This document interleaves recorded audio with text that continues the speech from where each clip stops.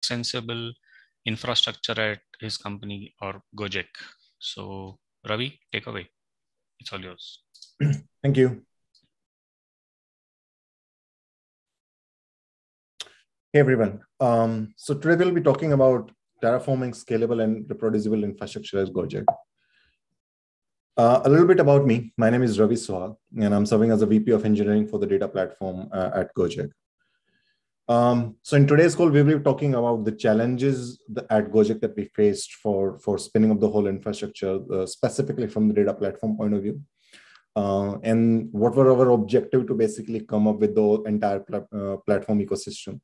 How does the very high level architecture look like, and some of the impacts, and then some of the lessons that we learned throughout the journey. So let's start talking about challenges, right? So just to give a bit of how the lay of the land is.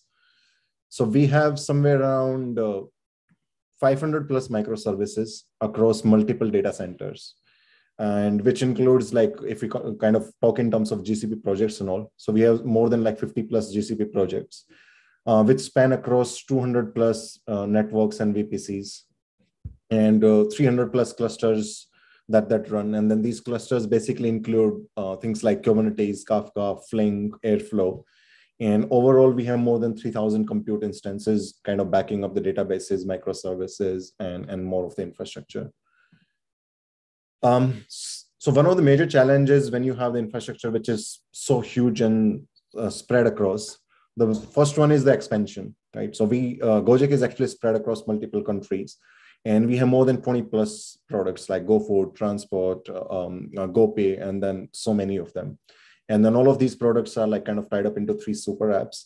So keeping up infrastructure for these expanding needs always requires us to spin up infrastructure for a new product or for a new like acquisition that Gojek does, like altogether from the ground up. Or if we are expanding to a new country, then we need to spin up the infrastructure from the ground up. So coming up with that amount of infrastructure for all these needs from the ground up, it's definitely like, so expansion is a challenge for us, right? Second is the teams are distributed. And when you have multiple functions and the teams spread across multiple locations, and they all of them basically wants like infrastructure on demands, and which can have like very, very different needs across of that. Another thing that we have is that auto scaling. So now with so much of infrastructure, so many teams requesting, the bigger challenge that comes in terms of, hey, you want your infrastructure to be highly elastic. That, okay, instead of now the infrastructure you spinning up and then staying for years, it might just live for a couple of hours. So some of those jobs which starts now, runs in a couple of hours, you don't want to keep the same infrastructure for the entire day, because those jobs might run tomorrow and then spin up in a couple of hours and then just go back again, right? So you don't want to keep the same infrastructure lying for the entire day or entire months or so that. And for those needs, like even for such needs, like traditional ticket-based on-demand setup and spinning up infrastructure is not really practical, right? So scaling up the entire data infrastructure for the auto scaling. So in terms of objectives, when we started to kind of go our journey into infrastructure as code or infrastructure as platform, the first thing we wanted to make sure is that, hey, infrastructure needs to be in declarative style. It should not be the case where you run a command and you forget about it and then you don't know what is lying there, what is deployed, what is in what state, right? So what we wanted to make sure that even the entire infrastructure that is there right now, any engineer should be just look at it and then very clearly should know what is deployed and how it is configured, and even the overall evolution of it. Second objective that we had was around structure and consistency. So we wanted to make sure that all our engineers have very consistent workflow and the code when they're provisioning resources and workload, and a single source of truth for even most of the modules. When I say module, like Kafka can be a module or Flink cluster could be a module. So there is a very clear structure and consistency followed across no matter who is spinning up this infrastructure. And third is that we did not want to become the bottleneck for engineers to create and then spin up this infrastructure. So there's a complete self-serve model where we don't come into the picture. All the best practices and all the processes are incubated inside that. and people can spin up this infrastructure in a very clear, predictable, and consistent way. Everything is like, by default should be secure, and then human error should be like very minimum, right? All governance guidelines and policies are only limited to the authorized users, and not like, rest of the folks should be able to kind of run that. Accountability in terms of so much infrastructure is being distributed across multiple locations. We wanted teams to that whoever is spinning up the infrastructure, they're able to very clearly observe their whole infrastructure. So monitoring and observability is kind of like, should be there as a default case. Okay, so let's look at the overall architecture on the how infrastructure looks like. So it's quite simple in terms of from the very high level. So we have a central registry which has module for all different kind of systems, like even for the Terraform modules are there. If we have Helm charts, all of those are stored into that. If there are chef cookbooks, then those are also part of the registry. And this registry is basically a Git-based registry, self-hosted for us, and then we use GitLab for that. And then we have the Tesseract, which is a place where people come and then use our CLI tool, which behind the scene is built on top of the Terraform. And then that can pull these modules from the registry. And then the entire thing goes through the CI/CD pipeline where plan and apply and even infrastructure costing and everything kind of happens there. And then cloud infrastructure gets deployed. But apart from the cloud infrastructure getting deployed and then people having their infrastructure back, the interesting thing happens for us is that we have written a lot of custom Terraform providers. And during this plan and apply and then infrastructure getting created, we extract out a lot of metadata from that. And all of that metadata actually then follows its own path, that we store some of this metadata into Vault, state goes into the buckets, which is very standard for Terraform. And then we have some custom service written, which basically captures a lot of metadata through these pipelines. And then that metadata goes into that. And then we use that metadata for a lot of things, even for visualizing, okay, how much of infrastructure is deployed, how's the costing for this entire thing is. For auditing purpose, like, we can say, okay, how much is actually coming through pipeline and how much infrastructure is actually out of the state for that, or someone did something manually on that front, right? A lot of things in terms of other services, then using it for auto discovery, then we can integrate it with console and things like that. So there are so many uses of this metadata, and some of them we will discover like as we're going forward. So first thing in that entire thing is the module registry. And the way module registry work for us is it's pretty straightforward. We have a GitLab, and then each module forms as a one single Git repository. And all of these modules are stored that. And then we use the Git URL to basically pull down these modules from registry. And all of them follow the version control as the standard Git repository. And yeah, that's how even versioning is locked within the platform itself. So you can lock a version of a particular module from the registry. That goes for everything, even if it's a Terraform module or it's a Helm chart or could be anything. How the modules look like for us, like it's a very high level configuration, not the complete detailed one, but just to show the concept. So we have a Kafka as a module, which basically you tells the source and then gives the version alongside with it. Same for Flink, Kubernetes, and the rest of the things. So this is one thing that we have. So we use Terraform a lot for all of our infrastructure module creation and everything. But we have written a higher level abstraction on top of Terraform so that people don't really have to write, HCL or even the Terraform code. So we have very high level abstraction in terms of there is a tool like we call Entropy, and then it comes with a provision command, where as soon as you say that, it can very clearly list down that in terms of, okay, these are modules are present, and you can spin up or you can create basically anything for that. And then it asks you in a very straightforward command prompt of what all the variables you want, which VPC you want to deploy it on, which region you want. And then users is supposed to basically just type down these things. And there is validation even in terms of photo select and all. And then users just configure these, and it auto generates the code and apply and then put it into the right structure, right place and everything. So we are still able to continue and then keep the declarative style infrastructure that we wanted to have, and everything remains as infrastructure as code. But that does not really mean people have to write code, right? So they only just provide the configuration, and they don't even need to type the configuration. It's just, in some cases, it can be just auto-selected and things like that. And that's how basically people spin up do the provisioning and everything. Another thing for us is, right, so that I mentioned, like, so we have written a lot of custom Terraform providers on top of it. One of them is actually network allocation. We call it Ghana. What it does is that we have a central service, Ghana, which is assigned number authority, and it has all these subnet range, right? So when someone is creating VPC, and we have, like, some 50, 60 VPCs in just in the data infrastructure across Gojek, there are so much more. And each Kubernetes cluster, right? So for example, we have some 40, 50 Kubernetes clusters running, and each of them requires a different subnet. And when people are spinning up that infrastructure, they are definitely not going to care and asking for the subnet range every time they want to spin up a new range and the new cluster or new VPC. So what we have done is we have written a custom Terraform provider on top of it, which provides a resource, and you can simply say that, hey, I'm creating a new VPC. Just give me the new network range, and it creates a subnet range for you. And then you can use even that subnet range as a data source in the Terraform provider, and then even pass it to the other infrastructure that you are creating, right? And behind the scene, then this central service makes sure that there are no IP range clashes, right? And there is very clear source of the truth for all the networking and even the network address allocations. And then people don't have to ever care about that. If I use this subnet range, will clash ever happen or not, right?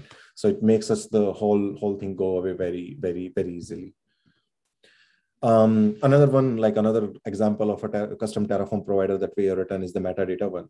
So think of that, right? So let's say we spin up a Kafka cluster, and as soon as the Kafka cluster spin up is happening, we want to collect that, okay, this new cluster got created. It should be registered in a service so that we can enable the rest of the things on that Kafka cluster. Things like people want to auto discover the topic on it. Right? Or people want to use the Bootstrap server of this newly created Kafka cluster in some other services when they're spinning up the infrastructure. We don't want to manually inform anyone that these are all the clusters which are available, and these are for these use cases. This one you should use let's say if someone is using for logging, then this is the Kafka cluster you should be using, not the other one. Right. So this metadata provider collects all the necessary information from all the Terraform infrastructure that users just spin up, and then stores into a central location. And it also comes with those things. So you can reuse back into this infrastructure as code, or you can even reuse it from rest of your ecosystem. Like, microservices can reuse that as well. So it gives us a very centralized metadata repository for this entire thing. So these were some of the modules. But there are more such custom modules that we have written, which are doing different things. Bit of impact in terms of what does it really do for us, right? So one major thing that it did for us is that reduce the time flow in provision by a huge margin, right? Earlier it used to take us around a week to spin up a Kafka cluster. Now it literally takes us around 4 to 5 minutes to spin up a whole Kafka cluster. And when I say spin it up, that means creating machines, installing Kafka, configuring it, installing observability inside it, then spinning up the metrics out of it, even setting up Grafana dashboard, everything, right? Everything that just comes out of the box and everything up and running in just 4 minutes without anyone coming into the picture, like any DevOps or anyone from the data infrastructure team coming into the picture. Operations became like very, very easy. Now we don't have to tell people how to provision the infrastructure. We just simply say that, hey, this is the CLI, this is the provision, this is the documentation around it. You don't need to really file a ticket. Just create it, raise a PR. If everything is satisfied, then PR will auto merge, or if there is something, then we will reach back to you. No need to wait for the data infrastructure team or anyone to do anything of that sort of operation. So makes the whole operation life cycle go away, and turnaround time between the engineers become like much easier. Some of the lessons that we learned, I think these are more at the code level, and one of them is blast radius. And when I say blast radius, what I mean is that if you run a Terraform apply within the CI at the time, what does it really mean? So how much of the infrastructure does it impact? So we definitely did not want this whole thing to, impact. Let's say if you're changing one cluster, we don't want it to kind of impact 40 clusters at the time. So blast radius in terms of if you're in a single apply, how much of the infrastructure it is impacting. and we keep at the very minimum as we can at the module level. So one Kafka cluster can only impact the Kafka cluster within themselves, or a Flink cluster. It will not impact the other things outside that. So the best good part is that your the risk is reduces a lot, and then people can make changes with that like more freely. So it gives you a bit of like security, and reduces the human errors and then things that can go wrong because of that. One thing I think we've seen is that in the very earlier days when we were writing these modules, we kind of tried to use this, the trend that comes from the programming infrastructure, that hey, let's write a lot of functions, then you can compose them, and then then create a higher abstraction on top of it. That worked us for a while, but then when the module number started to go beyond 50, 60 modules, 70, and then they are using smaller modules, and we are maintaining versioning of each one of these, it becomes very tricky to propagate that versioning. Okay, you change the base modules version. Now you need to figure out where all these module is being used, and then go up and upgrade versions everywhere, right? In the modules. In the local system, it's still more easy to maintain, but then trickling down this dependency is not really like within the module registry is a tricky part. So something like we are also thinking of investing into a maybe like something like an npm or go package, how they do it, so that you can do the more interdependent versioning distribution, and more you can inform about the iterated ones, and then you can impact that, right? But I think that will still take a significant efforts to reach there. So till the time I think there is that kind of dependency management is there for the nested modules of the Terraform, or something you build it on your own, I would really recommend to not do the nesting below the more than 2 levels. Like, okay, one module is reusing another module, fine enough. But I think if you go beyond that, it will start to get tricky and tricky over a period of time. Naming, I think, is a very hard thing. And I think sometimes, at least in terms of infrastructure, we tend to take it lightly. But I think it goes a long way. So what we do is we spin up the infrastructure, and then even though we could rename it anything, we name it very consistently. So things like, okay, P, environment, entity, landscape, and then machine number, and things like that. So we form the infrastructure convention in every way. Every VPC, every GCP project, every machine inside that, every cluster, everything has a very consistent naming way. And all of them has these 7, 8 tags that we use to spin up the infrastructure. For example, entity, environment, landscape, team name, application name, component of that application name, all of these different conventions that we use. And these conventions are not just for people to figure out the name of the infrastructure. When they name of the machine or cluster, they see that they understand what it is, but it also gives us the billing insight. So later on, when in the life cycle, when we collect all of this metadata, and then all the data goes through the billing life cycle, it becomes very easy for us to simply select, okay, show me the billing dashboard for this app and this component. So we can very easily figure out how much of the cost is going to Zookeeper for this team and for this environment, right? So it makes it even so much easy for us to calculate the billing cost even at that level.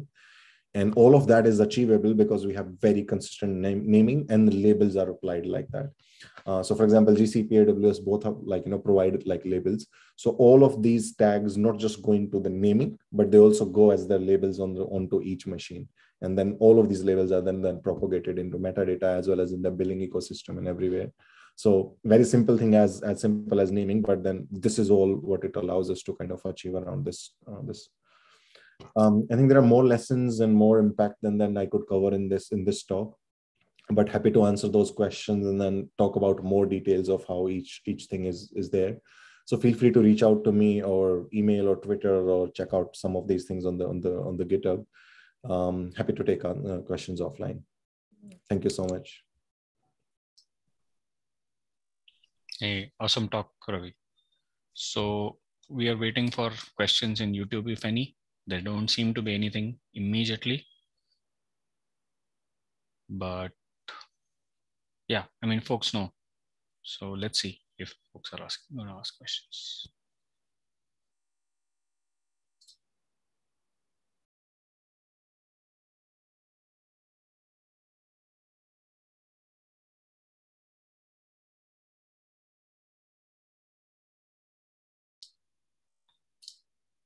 I guess there are no questions. Oh, there is one. So the question is, are there any plans to open source any of your tools? And I can follow up with the question that would you share a link for that if they are already open source? Yeah, so let me share a link. So there are not infrastructure tools are not open source, but some of the higher level abstractions around the data products are we are open source. So I'm pinging the link in the Zoom chat. So some of our tools are actually around the data platform are available here.